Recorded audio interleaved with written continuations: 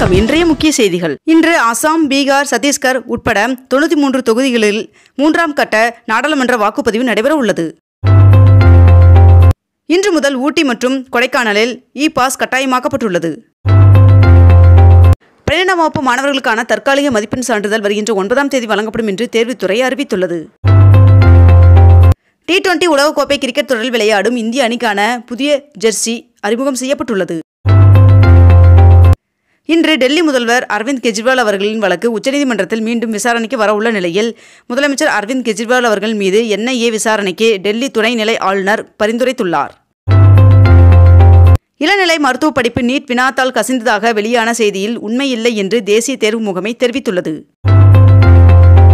தமிழ்நாடு முழுவதும் 104 சிவில் நீதிபதிகள் இடமாற்றம் செய்யப்பட்டுள்ளதாக தெரிவிக்கப்பட்டுள்ளது. 12ஆம் வகுப்பு மாணவர்களின் தேர்வு முடிவுகள் நேற்று வெளியான நிலையில் மறுமதிப்பீடு மறு தேர்விற்கு இன்று முதல் விண்ணப்பிக்கலாம் என்று தெரிவிக்கப்பட்டுள்ளது. தமிழகத்தில் இன்றும் நாளையும் கனமழை பெய்ய வாய்ப்புள்ளதாக தெரிவிக்கப்பட்டுள்ளது. மேலும் இன்று நீலகிரி, கோவை, ஈரோடு, சேலம், தருமபுரி, கிருஷ்ணகிரி மற்றும் திருப்பத்தூர் ஆகிய மாவட்டங்களிலும், நாளை நீலகிரி, கோவை, திண்டுக்கல், தேனி, தென்காசி, விருதுநகர் மற்றும் திருநெல்வேலி ஆகிய மாவட்டங்களில் ஒரு சில இடங்களிலும் கனமழை பெய்ய வாய்ப்புள்ளதாக வானிலை மையம் தெரிவித்துள்ளது. சென்னையில் நாய் உட்பட வளர்ப்பு பிராணிகள் வளர்ப்பதற்கு அதற்கு கட்டாயம் லைசென்ஸ் எடுக்க வேண்டும் என்று சென்னை மாநகராட்சி அறிவிப்பை வெளியிட்டுள்ளது. ஜார்க்கண்ட் மாநில அமைச்சர் உதவியாளரின் வீட்டில் நடைபெற்ற சோதனையில் 20 முதல் 30 கோடி ரூபாய் ரொக்கப்பணம் கிடைக்கப்பட்டுள்ளதாக தகவல் வெளியாகியுள்ளது. பொறியியல் கல்லூரியில் சேர்வதற்கு இன்று முதல் விண்ணப்பிக்கலாம் என்று தெரிவிக்கப்பட்டுள்ளது. தமிழகத்தில் உள்ள அரசு கலை மற்றும் அறிவியல் கல்லூரியில் சேர்க்கை பெறுவதற்காக விண்ணப்பிக்கலாம் என்று தெரிவிக்கப்பட்டுள்ளது. முன்னாள் அமைச்சர் செந்தில் பாலாஜி அவர்களின் ஜாமீன் மனு கோரி உச்சநீதிமன்றத்தில் தாக்கல் செய்த மனு மீதான விசாரணை வருகின்ற 15ஆம் தேதிக்கு ஒத்திவைக்கப்பட்டுள்ளது. பேடிஎம் நிறுவனத்தின் தலைவரும் தலைமை இயக்க அதிகாரியுமான பவேஸ் குப்தா அவர்கள் தனது பதவியை ராஜினாமா செய்துள்ளார்.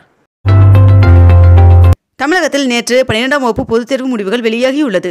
தமிழகத்தில் மொத்தம் 94.56% பேர் தேர்ச்சி பெற்றுள்ளதாகவும், இதில் மாணவிகள் 96.44% என்றும் மாணவர்கள் 92.37% தேர்ச்சி பெற்றுள்ளதாகவும் தெரிவிக்கப்பட்டுள்ளது. மேலும் மாவட்ட வாரியான தேர்ச்சி விகிதத்தில் திருப்பூர் முதலிடத்திலும், சிவகங்கை 2வது இடத்திலும், ஈரோடு மாவட்டம் 3வது இடம் பிடித்துள்ளது. உத்தரப்பிரதேச மாநிலம் வாரணாசி லோக்சபா தொகுதியில் போட்டியிடும் பிரதமர் நரேந்திர மோடி அவர்கள் வருகின்ற மே 14ஆம் தேதி வேட்புமனு தாக்கல் செய்ய உள்ளார் என்று தகவல் வெளியாகியுள்ளது. பழனி தண்டாயுதபாணி சுவாமி கோவிலுக்கு 36,51,000 கரும்பு சர்க்கரை கொள்முதல் செய்யப்பட்டுள்ளதாக தகவல் தெரிவிக்கப்பட்டுள்ளது. கோடை விடுமுறைக்கு வெளியூருக்கு செல்ல வசதியாக சென்னையிலிருந்து கூடுதலாக 40க்கும் மேற்பட்ட விமான சேவைகள் அறிமுகப்படுத்தப்பட்டுள்ளதாக தகவல் வெளியாகியுள்ளது. தமிழகத்தில் 3 ஆண்டுகளில் 6115 புதிய தொழில் நிறுவனங்கள் தொடங்கப்பட்டுள்ளதாக தமிழக அரசு தகவல் தெரிவித்துள்ளது.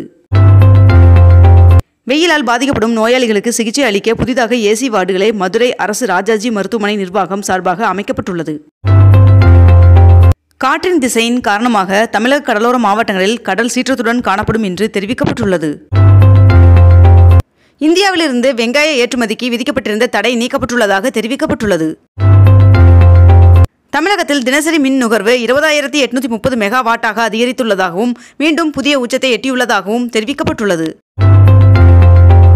சென்னையில் இன்று 22 கேரட் ஆபண தங்கத்தின் விலை சவரனுக்கு 80 ரூபாய் அதிகரித்து 1 சவரன் 52,880 ரூபாய்க்கு விற்பனையாகிறது. அதேபோல் 1 கிராம் வெள்ளியின் விலை 87 ரூபாய் 50 பைசாவாகவும் விற்பனை செய்யப்பட்டு வருகிறது. இத்துடன் இன்றைய தலைப்புச் செய்திகள் நிறைவடைகின்றன. மேலும் இதுபோன்ற அண்மை தகவல்களை உடனுக்குடன் தெரிந்து கொள்ள அக்னிபூ சேனலை சப்ஸ்கிரைப் செய்து கொண்டு தொடர்ந்து இணைந்திருங்கள். நன்றி, வணக்கம்.